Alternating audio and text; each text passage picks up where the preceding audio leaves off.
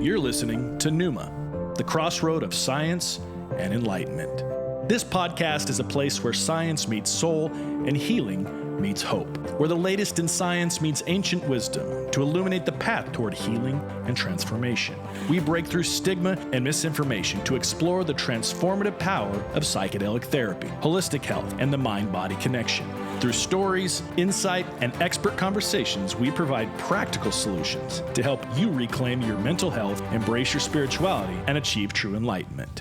Hosted by Alan Wiederhold, author of the book Walking in the Garden, Discovering God Through Psychedelics. Alan is the consummate explorer, passionate about empowering others to embrace the divinity of their true selves, as well as the founder of Neuma Health, whose mission is to restore and transform lives.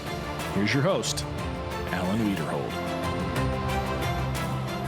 Hey everyone, welcome to Neuma. This is Alan Wiederhold, your host, and I am again very excited. It's been a crazy week. This week we'll kind of get into some of the reasons why, but man, with all the legislation kind of going on all over the country, with some media personalities that are now taking center stage and talking about psychedelic assisted therapy and the importance. It's great timing. I have a great, very knowledgeable, very impressive guest today who has actually been on both sides of the legal aisle, if you kind of sort of speak. So joining me today is Victoria Cvitanovic. She actually was a prosecuting attorney in Louisiana, had some things happen in her life, and has kind of crossed to the other side and is an advocate in psychedelic assisted therapy. So join me, everyone, in welcoming Victoria. So Victoria, thank you so much for joining today. Yeah, Alan, thank you so much for having me. This week has been, as you said, absolutely insane when it comes to the progress we've made as a psychedelic movement and as a psychedelic medicine movement. And there's no one I would like to talk about it with more than you. Thank you. And let's get right into it. So the world went bananas this week because Oprah Winfrey and Michael Pollan were on a podcast very similar to this, and they were talking about psychedelic assisted therapy and mental health. Now, I say psychedelic assisted therapy because I think there is a differentiation here.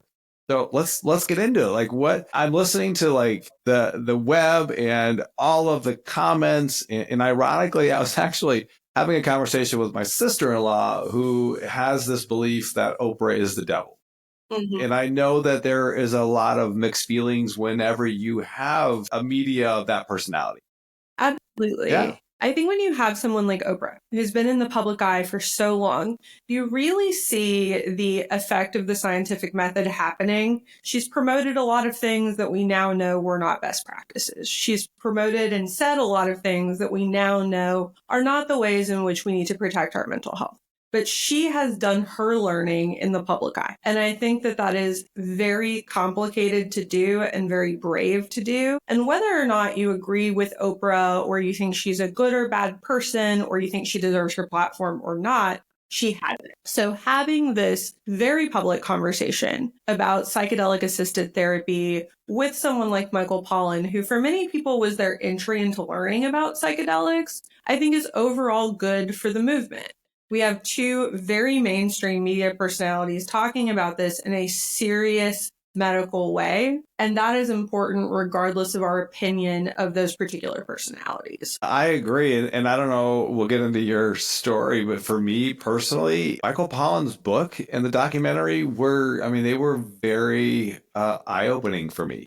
Because I'd always been told my whole life they were drugs. I believed a lot of the lies that we were told. And when I was searching for my own experience, his book is what really kind of opened the door for me. So yeah, I get why people think the way they do. And then there are a lot of those who, I just celebrated my second year of being in this space. And there are a lot of people who are, one mushroom trip and he's an expert. Well, like you're saying, he has a platform and he has done a lot of good. He has a platform and he has a very specific voice that I think is very approachable for a lot of people. In How to Change Your Mind, we see a person who has some misconceptions and very little knowledge about psychedelics go through the process of trying to teach themselves about this particular area. and to do so in the way I think we tell a lot of inexperienced people to do it. Go talk to experts, try these things yourself, see how they work for you, move slowly. All of those things were a very good example of how one could become educated about psychedelics. Now, does going through that process necessarily make you the world's most trustworthy expert who should be the voice for the movement?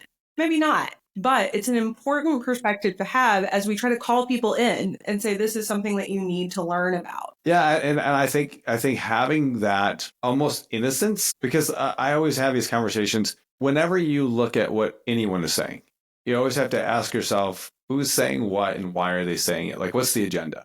And I love that. I love that he came at it with an innocence and a platform and has been able to really kind of navigate from a third party perspective of, I'm not in the game, I'm a journalist too, who really kind of approached this thing from I don't know what it is, but it was a really open and honest, I think, dialogue. At the same time, go ahead. Sorry. Oh, I apologize. I didn't mean to step on you. I was just agreeing. Yeah. No, and I think some of it, though, like I just rewatched the documentary a week ago. Haven't really watched it in a couple of years, obviously from a new lens, because we're in this business now and we're very passionate about it. And there were other media personalities that you see. Actually, I saw one with Nancy Grace. She was fighting with Rick Doblin and calling Rick every name under the sun. And now there are things that we know that are more accurate than what they were. And at the same time, it's like, we've not really gone back and apologized for comments and things that were said. And I think maybe some people, that's some of the polarization. I agree with that. The entire issue with psychedelic medicine as it grows and changes is that we are doing our learning in real time. These are compounds that we were told cannot study, cannot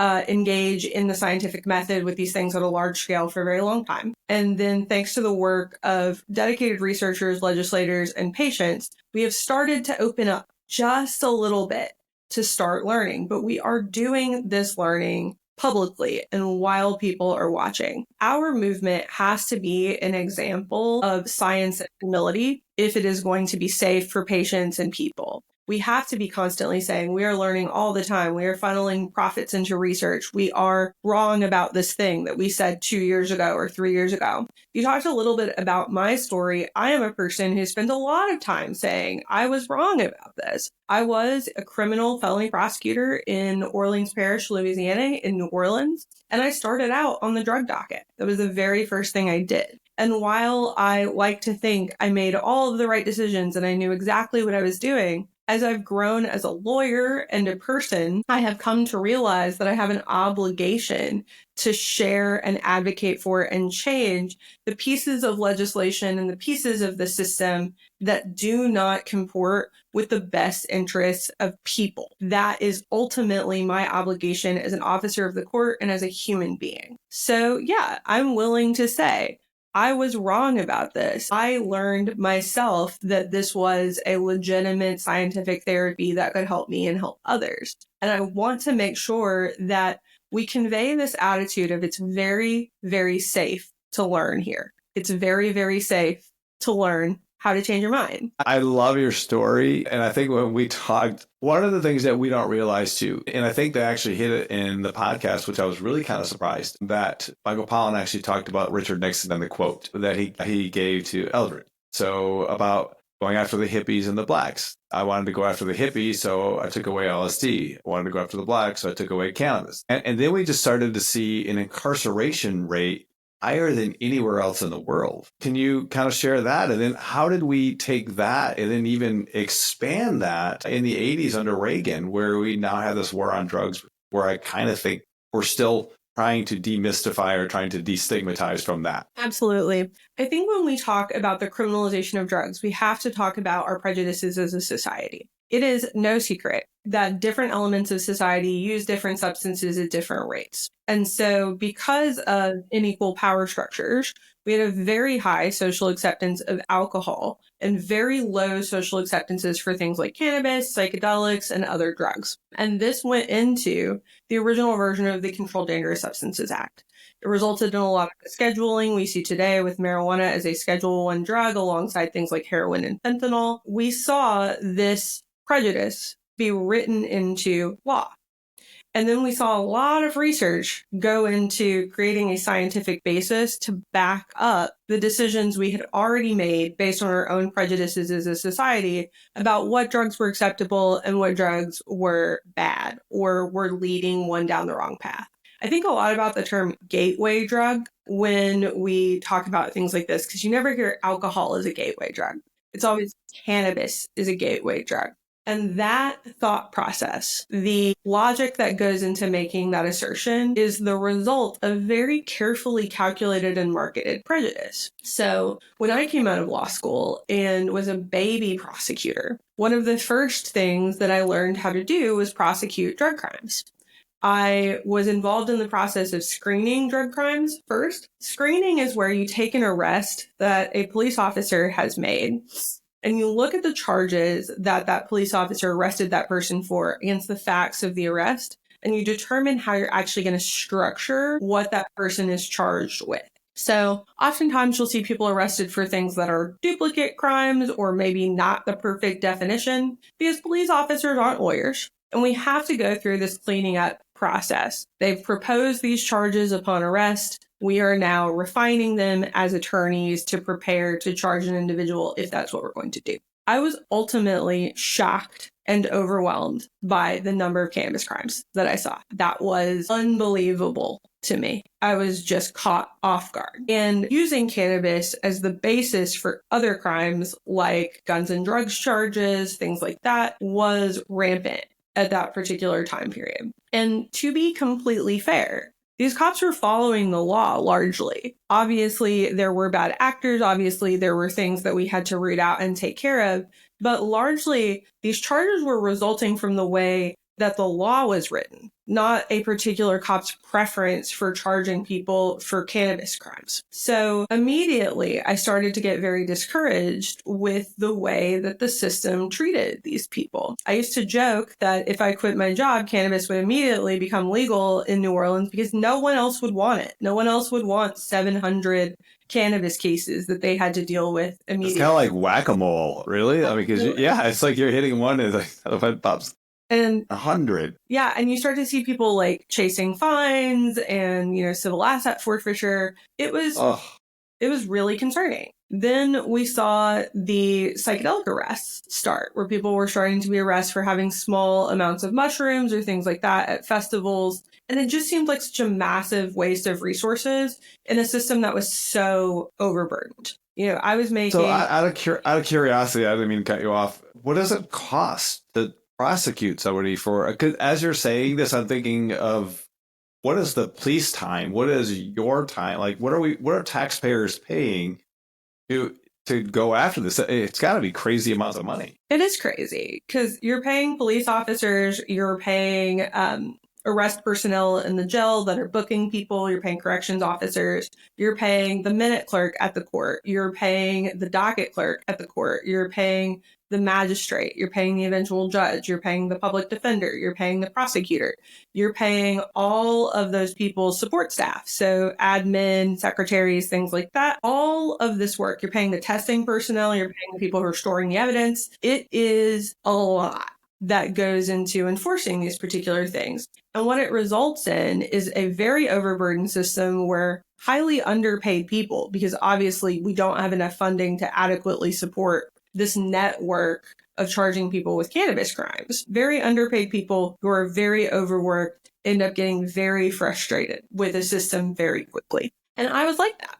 I was one of these people who was looking around going, what are we doing? There's so much violent crime. There's so many more important things we could be spending our time on than this. And we are spending our time on this because supposedly we're protecting people from later on entering some gateway drug relationship where they're going to experience addiction and the negative consequences of that. But that is not reality for the majority of cannabis users. So why? Why spend our time? Why spend our money? When I left the DA's office and went into private practice, I knew that I had to do something about this system. The most devastating thing I saw as a prosecutor was people who were in serious pain, people who should have been patients, becoming dependent on the illicit market for things like cannabis because they could not access the things that they needed to be able to get through their day. So I went into healthcare law. I was a medical malpractice defense attorney. I did board defense and medical regulatory stuff and started learning the medical system with the objective of seeing how cannabis and psychedelics fit in to that particular system as it exists as a medical model. There are lots of criticisms of the medical model when it comes to cannabis and psychedelics, and a lot of them are legitimate. But this is the system that we have in place to allow people to avoid criminal liability. So I wanted to make sure that I knew it. As I grew in this space and started to work with cannabis providers and cannabis healthcare practitioners, I was in an accident. In 2 seconds, I became disabled. I was at the gym and I fell and I broke vertebrae in my back, squished all those discs in between, and was left in chronic pain. It's been nearly 5 years now, and I am still in chronic pain. So when I experienced that, I was 29 years old, and I had never thought about the fact that living in a human body means that you can become disabled in any instant. The one community we can all join like that, and you'll never get it back. I went through the grief of losing the life that I thought I was going to have. I went through the grief of recognizing that I didn't enjoy the body I had while I had it. And I was so critical of my gym performance and the way that I looked and all of these things. And I never was thankful for being in the presence of my own body, of my own home. And I was left at 29 years old with the rest of a life in chronic pain. So what do you do? I think I did what anyone else would have done, which is get mad and get depressed. I thought I was, dragging myself to physical therapy and doing the best I could, but I was really sad. And it was starting to spill over into everything else I was doing in my life. What happened to me was too big for me to hold on my own. It was too much for me to carry. So that anger and sadness splashed out into my personal relationships, into my passion for work, into everything. And I was lucky enough to sit down with my spiritual advisor. I practice Soto Zen Buddhism, and my teacher sat down with me and asked me why I hadn't accepted the ketamine-assisted therapy that one of my clients had offered me. And I told him, I've committed to this mindful, sober life as a Buddhist. I am, using cannabis medicinally. I am using nothing else. I've gotten alcohol out of my life. I've really focused in on this and I don't want to risk it. And he asked me a question that changed the course of my life, which was, is psychedelic medicine for connection or for escape? This is a question I ask a lot because we have this thought process around drugs, not realizing caffeine is a drug. Alcohol is a drug. And it was, as you were talking about alcohol earlier, I was thinking, I did a TikTok video. Richard Nutt did a study in Europe, and he looked at all of the good and bad drugs, if we call them that, and which ones were harmful. And the most harmful one was alcohol. And the one that was like lowest on the totem pole was the mushroom. Like from an addiction, same thing. It was just kind of, but we've just been okay with that thought process. That question clicked something in me. I think that my upbringing and my experience in the criminal justice system had kind of primed me to be skeptical of anything that wasn't alcohol. And when he asked that question, I was forced to ask myself, why do people go into this field? Why do so many doctors take time out of their very profitable lives to learn about psychedelics and offer them to patients? Why do people take the risk of offering ketamine in an off-label prescriptive circumstance? Why do people do this? And the answer for me was, they aren't trying to help me escape my problems. They're trying to help me connect with community and with myself to build the resources to address those problems. Yeah, because oftentimes I see, and I talk to a lot of providers, like doctors, who are just like, they're so passionate about this. And it's a hard road. I mean, it would be so much easier in a medical model if you just became an ER doc, or you did this instead of hanging a shingle and trying to start your own ketamine clinic. They're tough. It is tough to make it work. It is tough to make it work. And especially in the days when I was starting my process as a patient. In the South, where I'm from, this was very new. I grew up in a very conservative area of the country, and I started my professional career in Louisiana. So I was in this area of the country where there was a lot of skepticism around anything that could be considered alternative to the typical model for treating pain. These areas of the country really struggle with the opioid epidemic. and really struggle with high levels of veterans and older people that cannot access pain care. When I started talking to the doctor who would eventually be my ketamine-assisted therapy provider, she told me that she had left her profitable internal medicine practice to start this little ketamine clinic because she wanted to do something about this place that she loved so much. She was sick and tired of hearing all of the psychedelic research come with, a Northeastern accent. She wanted to talk to Southerners about psychedelics. And I thought that was so admirable because what a scary group of people to talk to about psychedelics. Yeah, because I'm thinking Louisiana, like that's the only one too where Amanita is illegal. Yeah. Everywhere else is just kind of So it's. There's a lot of conditioning that goes into growing up in the South. And I loved growing up in the South. I'm a very proud Southerner. But there's a lot of conditioning that comes with it. There's a lot of religious belief. There's a lot of social conservatism. And it's very difficult to take a step outside, but she did. And when I had my first ketamine session, I remember at the very end, taking both of her hands and saying, you have to let me look at your insurance. Because I was so concerned that this would go away. We had to make sure she was protected. And that's how I took that step away from being a traditional healthcare lawyer into being a psychedelic medicine and cannabis lawyer. We worked together to build her a safe, easy to educate patient on plan so that she could have a patient walk in, assess them, and also see what their relationships with the rest of their medical team looked like, such that we could provide community care in a way that was where everyone was aligned. That lack of community, that people doing ketamine therapy alone thing, that's really scary. And so she committed herself to building out the patient safety side of her network, and we did it together. And now she's operating one of the premier ketamine clinics in the South with very high levels of patient satisfaction because they were educated on what they were going into first. So what does that look like? Because I have several friends who own ketamine clinics. I have lots of friends who are interested in starting ketamine clinics. What would that model look like? Because I can think of what the traditional model is. And typically, like we talked about, I see a couple of doctors who are super passionate about this and they hang a shingle and open for business. And then they kind of get into, is it Serato, inhaler? Because I could bill insurance companies, but then they realize there's no money in that. Then they have to deal with insurance companies. And then there's intramuscular, there's IV. I mean, there's all kinds of different kinds. But what would that model look like? What would you recommend to somebody who's thinking about getting into this? So first of all, this is not legal advice. I am not your lawyer. Do not sue me. But when I think about how we're going to operate a ketamine clinic, the first thing I think about is what does your local medical board say about off-label use of ketamine? I think every doctor should start with what advisory opinions or other written information their local medical board has given about off-label usage of ketamine, because it'll tell you really quickly what they're concerned about and what you need to build into your risk management plan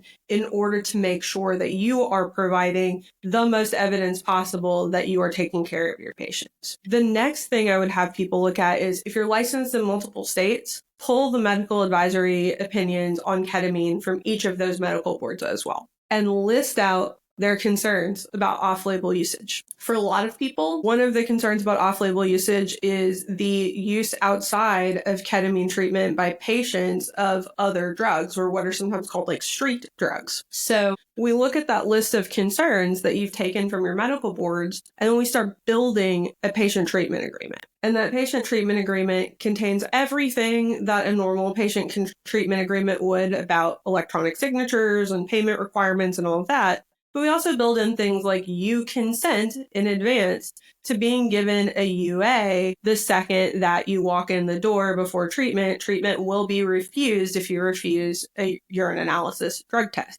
We build in things like pregnancy tests. If you're a person who can get pregnant, we are going to test you. You consent to that in advance. You obviously provide the consents again every single time that they take that test, but they know before they walk in the door that this is what we're going to do. We also talk to patients about things like weight before it is that we start the treatment. In the patient agreement, we lay out, you're going to be weighed. We don't have to tell you your weight, but we need this information for the following reasons. We lay out dosages, the type of ketamine that you're receiving, and how weight affects that, such that this person is fully aware of why they're being given these tests and why they're being asked for this information about their bodies and what it has to do with treatment. Another thing that has come out of these analyses of medical board opinions before is communication with active therapists that are treating these patients, and also whether or not that therapist has any reason to believe that ketamine treatment would not be appropriate for this particular patient.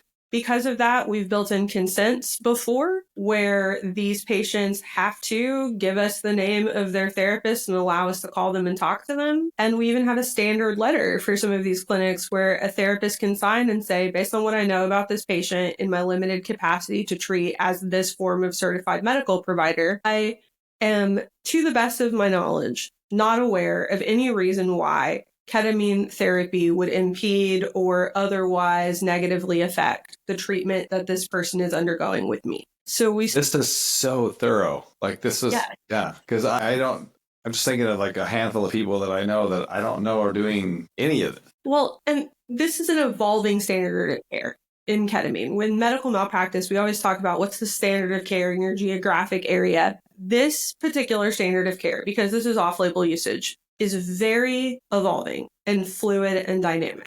My job as an attorney working with providers in this context is to help you raise your own personal standard of care to lower your risk. When you go to your insurance company and you say, I'm providing ketamine therapy, I want you to be able to show them this is everything I'm doing to document what we're doing and make it safe so that you get the best rate possible. When the medical board asks you about your practice and says, this incident happened, what were you doing to prevent it? I want you to have very clear process documented such that you know what your response to these questions is going to be in advance. These things grow and change as we learn more about ketamine, and I'm personally flexible on learning how it is that we can tweak these agreements to be even safer for patients. But a huge part of why we ask providers to do this isn't just for their own protection, it's for patient education. When you don't allow people to schedule their first ketamine treatment online, and they have to schedule a consultation with you first,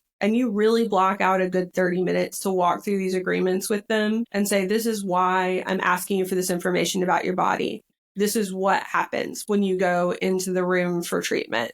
This is the route of administration that we're using for this particular medication for you, and we're using it for this reason. That person builds trust not only in you, but in the system of psychedelic assisted therapy. And when they go talk to the next person, they're able to say, this was not some kind of, druggy experience like many who doubt the efficacy of the medicine would like us to believe. This was a well thought out, well planned out system of therapy from a provider who took the time to educate me and make sure that I felt safe. Now, you and I know that as people who've gone through some form of psychedelic assisted therapy, that having that trust in the space that you're in improves the likelihood that you will have a positive experience. But we're trying to not just have a positive experience during the trip, we're trying to have a positive experience from start to finish interacting with this practitioner so that we're in a headspace where we can effectively integrate the things that we learn from the experience. Which is what we always talk about. I mean, the trip itself is 10% of the overall healing. It's 90% of it is the integration of what you've learned. And as you're talking about this model, I can't help but think about the one that everyone was talking about. I mean, there was a documentary last Tuesday I watched with Matthew Perry. The likelihood of that happening to Matthew Perry under this model is zero. I mean, as you're talking, I'm like, there's no way that could have ever happened. Thanks for listening to this episode of Neuma, the Crossroad of Science and Enlightenment. We hope you're enjoying the deep dive into psychedelics, neuroplasticity, and the path to transformation. Before we continue, let's discuss recovery. After powerful experiences, your mind deserves more than just rest. It needs real support. That's where Neuma Hydrate comes in. Formulated with GABA, taurine, inositol, magnesium, and more, Neuma Hydrate is designed to help your brain recover faster and support neuroplasticity, giving you the clarity and the energy to fully embrace your journey. Fuel your recovery and elevate your mind with Neuma Hydrate. Check out neuma.health to learn more. Now, enjoy the rest of the episode. Yeah, and I understand that there are differing opinions about take-home ketamine as a psychedelic-assisted therapy, and I would say it depends on the provider, depends on the patient, and depends on the state laws and the system that they're working in.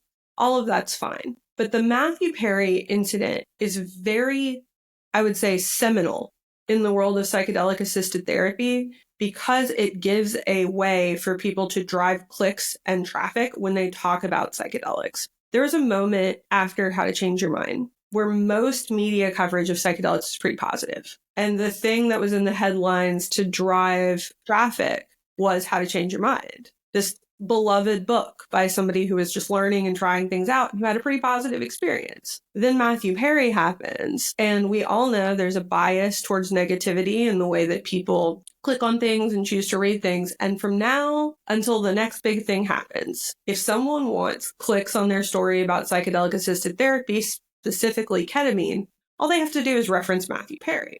And when I think about the ketamine clinics that I work with, the people who are truly thinking through from start to finish their patient relationship such that they're maximizing patient safety, it just feels so bad for that person. I do not know his therapist. I do not know what their process was, but I feel so bad that he wasn't supported throughout that process to try to avoid negative consequences. Yeah, because I watched the documentary out of natural curiosity because we're in the space. 27 ketamine injections over a 3-day period, which is unbelievable. And then to hear that they were administering IV back of a car and that they were charging him these exorbitant amounts of money really did a disservice, like you're saying, to the entire industry.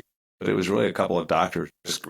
But at the same time, we haven't really given the negative promotion that it served, in my opinion, to Purdue Pharmaceutical and the whole opioid crisis. It was news for a while. They filed bankruptcy. They paid a bunch of $1 billion.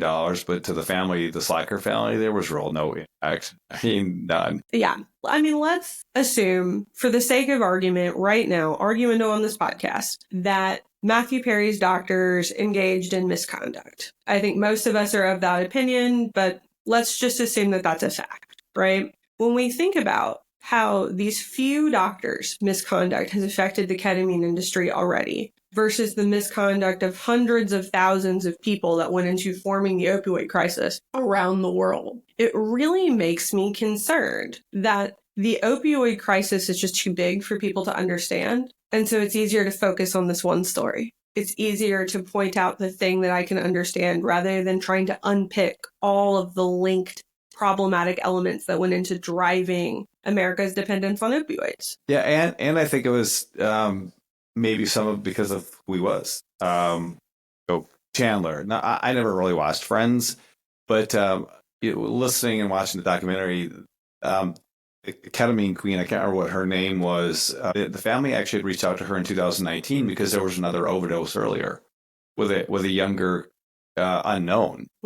Never would have come to light of day had it not been Matthew Perry. So because of his status and because of who he was, which kind of goes back to your whack-a-mole in the early days of all of these unknowns that no one really ever cared about. So who cares if a city or a state that's in a poor South, has people dying? Like, it's not that big of a deal. It's not news. It's just like you were saying, it's just a prejudice. We immediately will assume that it was all these other factors instead of the system actually. Absolutely.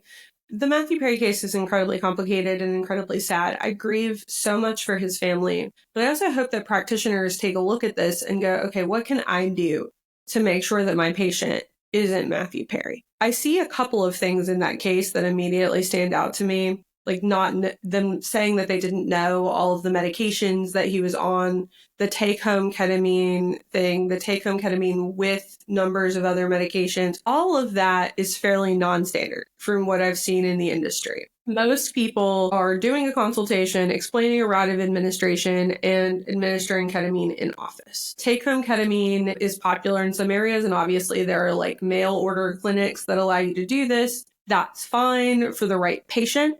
But I think when you're assessing whether take-home is appropriate for that person, there needs to be a secondary patient agreement that explains why it is that you believe that this person is qualified to take ketamine at home responsibly and what the restrictions are around that dosage. And maybe there was in Matthew Perry's case, but that's not something I've seen. And I immediately, watching that documentary, thought practitioners should take a lesson from this and recognize that in-office patients and take-home patients are two very different animals and they need to be treated differently, educated differently, and administered to differently. I agree. I have some friends who have done the at-home mail-in ketamine, and there's a lot of them. I think there's 12, I think, right now, and there's 2 that are the largest, and one that is going through some growth challenges right now, and they're moving a lot of their coaching facilitation to AI, which we kind of have. That's a different conversation for another day. Another one that is not. I mean, they're very focused on that, but I also have friends who have used both, who will take all 6 weeks at one time because they want the experience at that one time. They're skillful psychonauts, but there's really never really been a warning from either from any of them that I know that if you've taken these 6, you could use the 6 weeks, can't do it again. So it is an interesting kind of an intersection of, you could have people who are just taking all 6 weeks, they're abusing or whatever. So there does need to be these different kind of train of thoughts for protection. And I think the standard of care for at-home ketamine will largely develop separately from the standard of care for in-office ketamine. There will obviously be some overlap. But as these companies continue to increase in popularity and there are more and more reports of how people are actually using these kits when they're at home, we will see what warnings need to be given and what restrictions need to be placed on the patient's access to the program if there's evidence that they are not following those instructions. Yeah, I mean, we're in an interesting business because at the end of the day, we want people to heal. And there's no profitability in healing. I mean, let's just call it what it is. So that's why I always find the at-home fascinating, because I've heard of people being in these programs for 6 weeks, and then you're given the opportunity to sign up for another 23 weeks. And it's like the whole idea here, people, is to heal and to get off of these completely, to be able to learn the skills, the coping, to be able to have meditation and the integration part so that you can have these skills on your own. Right. And be able to dip back in when you need to dip back in and then step back out when there's time to be away and be able to navigate that space that you need from the medication in a skillful way. I think at home is going to be very complicated as it grows. It has a lot of potential for accessibility. As someone from a rural area who really worries about people who live in rural areas not having access to this, I see its place in the market. But as an attorney, I am concerned that patients are not adequately educated and supervised, and that our standard for how to do that and how to evidence integration and how to assist people with that process is going to change. Yeah, and I look at it because I came from the health insurance side of the world, and I look at, how do you, as a company, grow? How do you require 10x investing, keep people in ketamine? I mean, unfortunately, that's a lot of what we're doing right now. We're seeing it kind of play out in pharmacy transparency and with health insurance companies like United Healthcare and these other ones. So it is going to be interesting. But now we're in this like really amazing time to be in this industry and to be in the healing. Mental health is becoming a bigger focus. People are now being more comfortable. People like you and I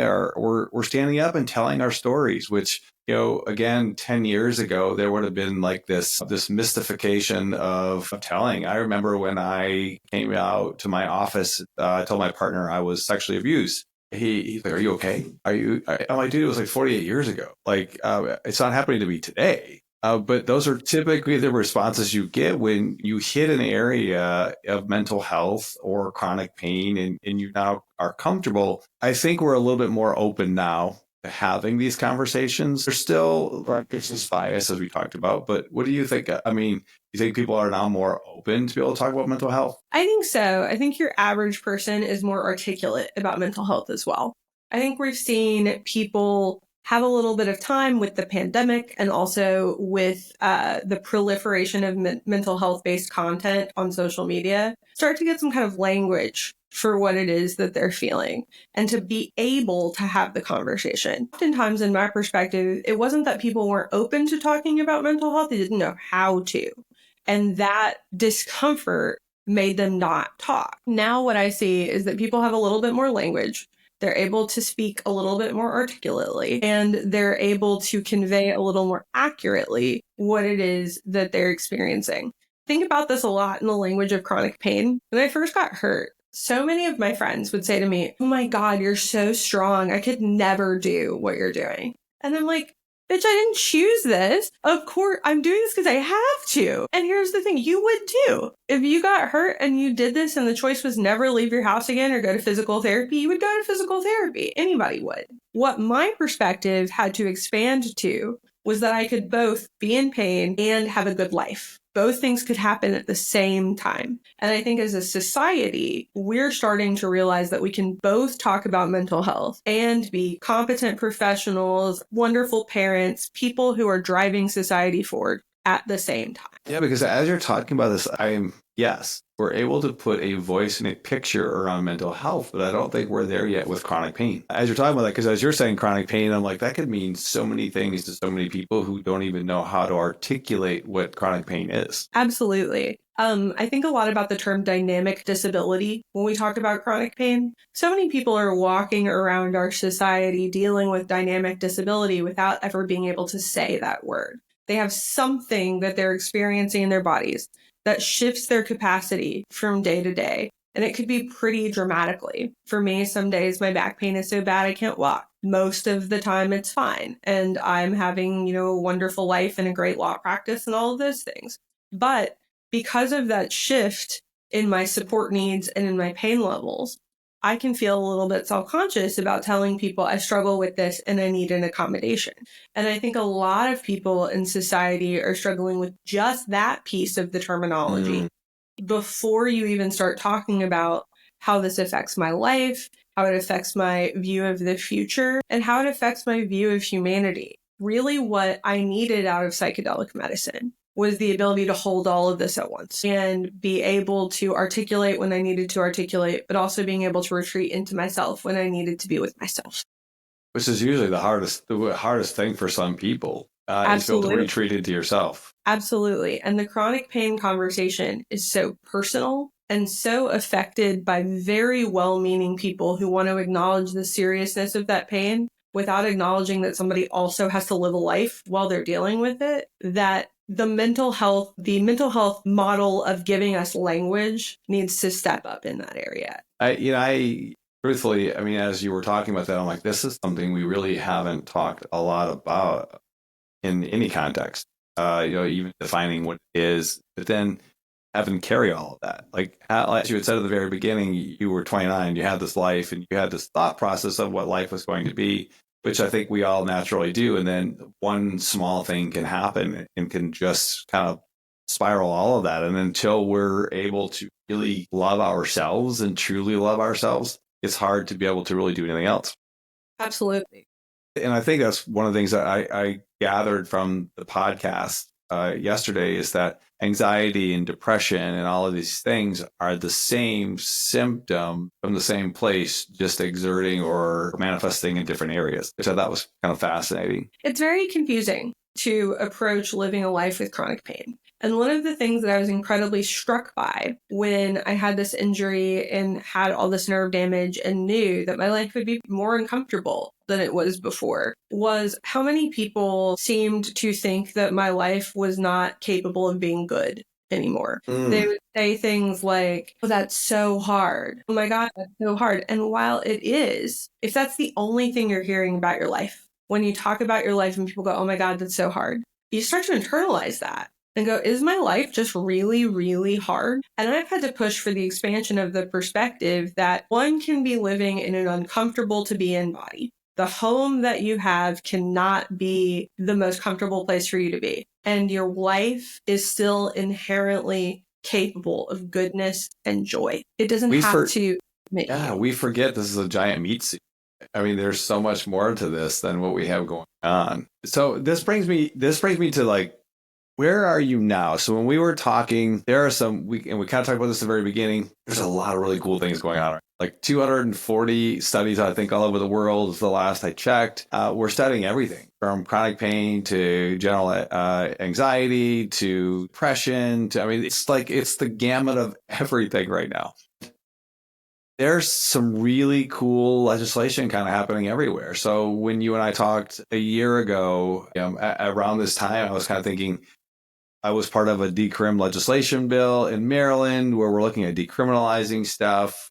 In, I think it was 22, DC had already decrimmed with their proposition, which is like right on the border of where I live in Maryland. New Jersey has some versions. I mean, there's like 14 states that are in some area, and we have Oregon and we have Colorado, and now we have Mexico.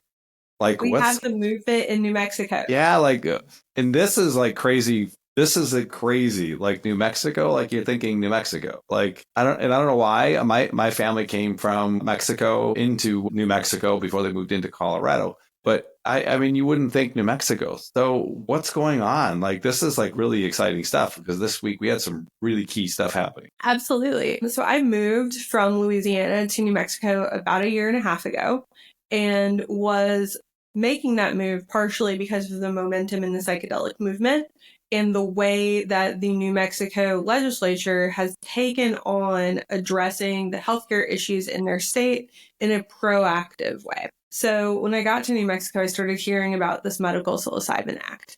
And the act put forth a proposal for a medical model that incorporates equity and incorporates research funding into the act itself. So this would be a purely medical model. If it passed, it would allow for the creation of an advisory board and rules for practitioners to enter the prescription of psilocybin medical market, for lack of a better term, along with ensuring that there is an equity fund for patients who could not otherwise access psychedelic assisted therapy and a fund for research within the state to better understand the effects of these compounds and how we can administer them safely. As the legislation is written at this moment, and that could change at any time, the program would go into effect on December 1st of 2027. So it would pass, and then we would have an entire year and a half, nearly 2 years, to build out the rules and regulations and start to get producers into this market and get providers ready to administer care. All of us in the psychedelics industry know that that ballot initiatives are typically our only effective way of getting any of this stuff passed. Legislation has not been very effective for the psychedelics movement, but here in New Mexico, we've seen some pretty amazing things happen pretty quickly. On February 12th, this Medical Psilocybin Act passed out of the Senate's first committee that it was sent to. And then just yesterday, on March 5th, it passed out of the Senate Judiciary Committee. So now it's heading to the Senate Finance Committee. And I should clarify, there was a substitute bill proposed at the Judiciary Committee that suggested some changes to the bill, specifically around the way that the equity fund and the research fund will be funded. Originally, there were $2 million allocated, $1 million to each fund. This particular version of the bill states that this will be funded by appropriations as well as grants and donations and other gifts. So the funding has gotten a little more amorphous as we've moved, but now we're at the Finance Committee and we can see which version of the bill it is that they believe is the most sustainable for New Mexico. If this passes out of the Finance Committee, it will be voted on by the New Mexico Senate and then moved to the House. And we could be the first state to have a legislated medical psilocybin program. And these weren't close votes. No, either. They were not close votes.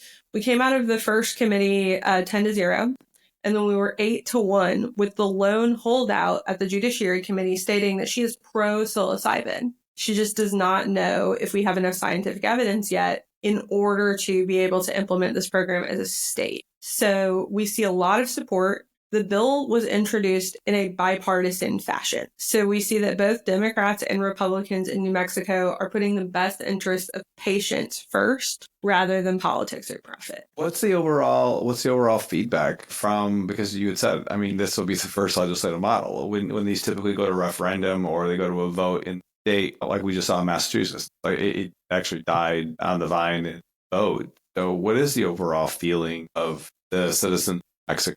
Is there any kind of a temperature? Are they pro? Or are they not? Yeah. So I want to point out that I can't speak for the entire state of New Mexico.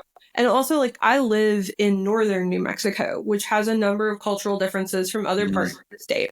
But what I can tell you from every person I've talked to, whether I'm talking to someone from Las Cruces or Albuquerque or Santa Fe or Taos, I am hearing we want to do whatever it takes to protect our citizens. We have, more firefighters that have passed away from suicide than from fire in the past 5 years. We have huge veteran communities here. We have Native communities that have been through horrors none of us can imagine. There's so much pain that exists in being a human, that the state of New Mexico really has started to come together and say, what can we do about this? And this has gotten a lot of support as a measure that keeps people off opiates, gives them another option for their treatment-resistant depression, their PTSD, their substance use disorder, their end-of-life anxiety, these illnesses that all of us have been touched by. And I think overall, the state of New Mexico has expressed tremendous amounts of support. I love that. And I was looking at a book that my dad gave me, that my whole family lineage is actually in this book, The Origins of New Mexico Families. So as you're talking about this, again, my family was from Mexico. So I understand a lot of what was going on with the tribes, and just so fascinating when I heard all this was happening in New Mexico, because it's time. It is time. And I love that. And I keep going back to this podcast. He said, welcome home. When Bob Parsons said, when I got to do psilocybin with some veteran friends that were in Vietnam, my dad was in Vietnam, and they were able to say, welcome home. So it's so great now to be able to see that a state is actually looking out for the interests of its citizens, to be able to give them a welcome home. Yeah. I see a lot of genuine compassion coming out of discussions from this bill. There are people that are concerned about safety. There are people that are concerned that we don't have enough information yet.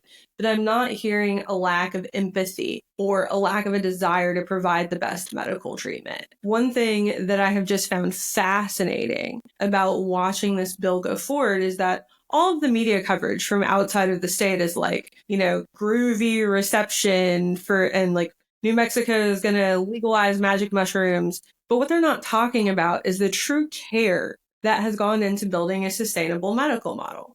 We see a medical model that forms an advisory board that requires tribal representation be on that advisory board. We see that advisory board actually have time to build out the rules and regulations and to allow producers and providers to assess what those rules and regulations are going to be before they enter the market. And then by the time the program actually starts, not only do we have all of this laid out correctly so that people can follow in a safe and compliant way, we also have this equity fund and research fund already in existence. So investors who want to come into the state, people who are interested in seeing more equitable access to psychedelic assisted therapy, they already have somewhere to go. The thought and care that has gone into building out this particular legislation has, in my opinion, not gotten enough attention when we've talked about it in the media. Agree, because it really is creating a solid foundation for a system that could really work for years to come with all of it, because we don't think about, and the media, again, we kind of talk about this. The media is always so fascinating because it's always they get back to the 60s. It's always the magic and I heard a number a year ago that when this passes, we need a number of 100,000 therapists, facilitators, social workers to be able to meet the minimum foundation in this country nationally.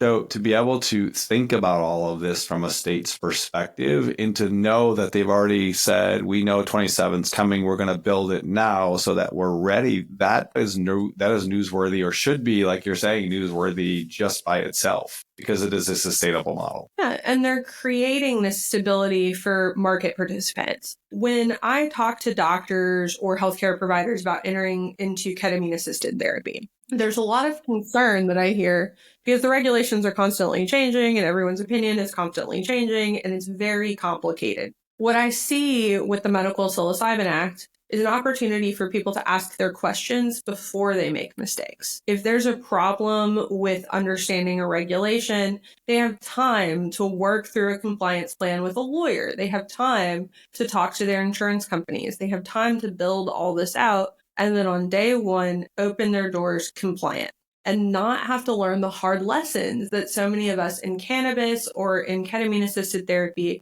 have had to learn in an environment of patchwork and constantly changing regulations. How do you think that this differs from some of the other models that are out there right now? I know Colorado, it's been doing this for a while. I know the cannabis model, depending on what state, where you are. I remember going to a state for vacation, and I had to just walk into a cabana and get a medical green card for my, which I thought was kind of ironic. How do you think this is different, or not going to use the word better, but more thought out? And I think you kind of already said it. I just wanted to kind of restate it. Yeah, I think it's building on what other states have done, specifically in the psychedelic medicine space. I do not think that this is fairly comparable to most of the medical models of cannabis, because in many states, cannabis was never truly medical. There was this barrier to entry of the medical card, but there was not a lot of patient monitoring requirements or very clear structure around who we were prescribing this to and why. And in a lot of those states, they've now gone recreational. Now, that doesn't mean that no one was truly practicing medicine when it comes to cannabis. There absolutely were doctors out there that were prescribing to very appropriate patients who absolutely needed this. But everyone has a story of the hut and the little medical card that you pay $500 for, or whatever it is. In Colorado and in Oregon, we saw a lot of dedicated work go into the idea that psychedelics can be administered as a serious medication. They really laid the foundation for the idea that this is not just a music festival drug or something that billionaires do at retreats to receive enlightenment. They showed how this could be a statewide medical program that your average person could access if they needed to. What New Mexico has done is look at these medical models and go, okay, this is a thing that can be done. How do we want to do it in a way that fits with our culture and with the needs of our state? And so they've looked at the population and they've looked at the conditions that there's the most evidence that psilocybin can help at this point in time. That does not mean it's all of them, but we have limited research at this moment. So they've really drilled down on the conditions that we know that we get a lot of positive results from. And then they've laid out a plan for how to build it slowly so that market participants are entering with that solid base of knowledge and regulatory compliance. I think that's much better for patients because we're building on this hard work that everyone's done. Everyone knows what the rules are on day one. And we have the evidence from Oregon and Colorado that this is doable and that this can be sustainable over time. I cannot say enough about the good work of all of those in Colorado and Oregon who took the risk when the rest of the country wasn't ready. It's awesome to see, because you also see Arizona like looking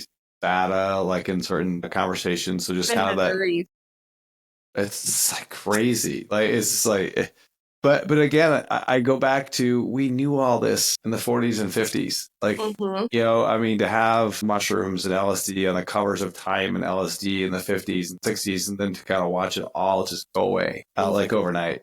It's almost a shame because we had all this research that was so well documented by these amazing places that were all just scrapped, shredded, and now we're kind of in this new renaissance of scientific discovery. Yeah. Super cool to watch. Yeah. We're having to build it again, and that is frustrating. And I understand anyone being frustrated with that. But I think we have a real opportunity here to learn from why it is that this wasn't successful the first time. We as a society allowed our prejudices to overcome science. You'll see on my LinkedIn profile, I have this everywhere I go, science over stigma. We allowed stigma to decide for us what kind of medical future we were going to have as people in the United States. This psychedelic renaissance allows us another opportunity to say, no, we want the best in class medications for these often intractable conditions. So many people live with things like major depressive disorder for their entire lives. And I don't want to see another person go through that. So agree. I was talking to my wife the other day. She was like on a Facebook group of moms, and it's like, everybody, what are you doing for your anxiety? And they're just masking with SSRIs. I mean, I think it was like she said 1 in 4 was the number. It's becoming a huge mental health epidemic. So I'm glad that we're having these conversations. Absolutely. And I will say, like, I am not an anti-SSRI person. No, I have not at all. for myself, but it shouldn't be your only option. And there's a huge number of people that for them, these things are not working. When we talk about patient care, we have to talk about, are we only pursuing one track because it's what's been done and what insurance will pay for? Or do we have all of the options available that could possibly be helpful to you, and we're customizing your treatment plan to your needs and your particular responses to these medications? Well said, because there's, again, the stigma over science. So why are you not pursuing these other things? And we all have to ask ourselves, because I do believe in saying this very, very same, SSRIs do serve a purpose. Mm-hmm. And you just have to have access to all available care. Exactly. And you have to have an alternative if something doesn't work for you, or a complementary therapy if you need additional help. It really frightens me to think that we are not pursuing certain realms of medical research because there is some sort of bias either in our government or in our society that using these things makes you a druggie or somehow less than a moral citizen of society. And I think that right there is exactly it. Are you a less than or less than worthy of pursuing what is ultimately best available care for each person? Absolutely. We have so much potential when it comes to these drugs. One discussion I'm hearing a lot is, well, if ketamine therapy is available, why do other psychedelics need to be available within a medical model?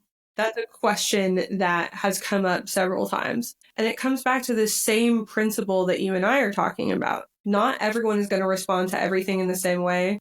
Ketamine can be really isolating, especially in IV therapy. You can feel very alone. You might not be ready for that particular kind of experience, or it might be re-traumatizing for you. So having different compounds with different effects available, with different moods to the experience, gives us an opportunity to meet you where you are if they're both effective for your particular condition. We don't just have Tylenol on the shelves. We have Advil and Aleve. We don't just have one SSRI. We have so many different ones that you can try. There's no reason to limit psychedelic-assisted therapy to ketamine other than the current scheduling rules. I never really thought about it like that. Yes, 100%. Because each of them respond so differently. I know when I started in this journey of working with others, I had a very smart friend say, in order to do this, you have to try all of them. Know how they work, how you respond. There are different receptors, dopamine, serotonin, that's differently. So that is excellent advice. Victoria, how do we find you? So if I'm a ketamine clinic and I want to look at my risk, because this is a conversation that no one's ever had, how do we find you? Can I put the show notes on? Can you work with anyone, any ketamine clinic wanting to start? Or is already in business? How can we find you? Absolutely. So I'm with a wonderful group of women called Rudick Law Group. That's RUDICKLAWGROUP.com. If you go to our website, you can click to schedule a call or a consultation with us, and the women of that group can all see what it is that we can do for you together. We offer fractional general counsel support for established businesses that are in a place where they need a general counsel, but they maybe don't need someone full time. And we also offer a la carte projects as well as traditional hourly billing. And I love that approach. So when you and I were talking about that, I'm like, that's really smart. So just having like the fractional access is awesome. And you can work everywhere, whether Perfect. So I'm going to put all of your information in my show notes and we'll promote it all through the show. But I think for anyone interested in looking at the risk, because this is an area where I think we really have not been consistent. I love the idea of being able to hear you, Victoria, and her firm to be able to look at that information. As somebody who was on the risk side for 30 years, I can just tell you, you don't know what you don't know until it happens, and you don't want that. Absolutely. We can help your business look at your insurance, look at your cybersecurity plan, look at your patient protocols, look at all of the contracts and agreements that you're working with, and build you the safest, most compliant program possible. This also goes for cannabis providers. And if you're interested in entering a medical psilocybin market, let us help you plan it now. That is so perfect. And I think that as this legislation continues to progress, have you come back on so we can actually kind of follow how all this is playing out. We're at such an exciting time right now. And I'm so excited to be able to meet and work with people like you and to be able to look at a community that really not only wants to heal, but we want to be able to let people do it in a way that is best for them. Absolutely. Thank you so much, Alan. My pleasure. This is Alan Wiederhold. This is Neuma.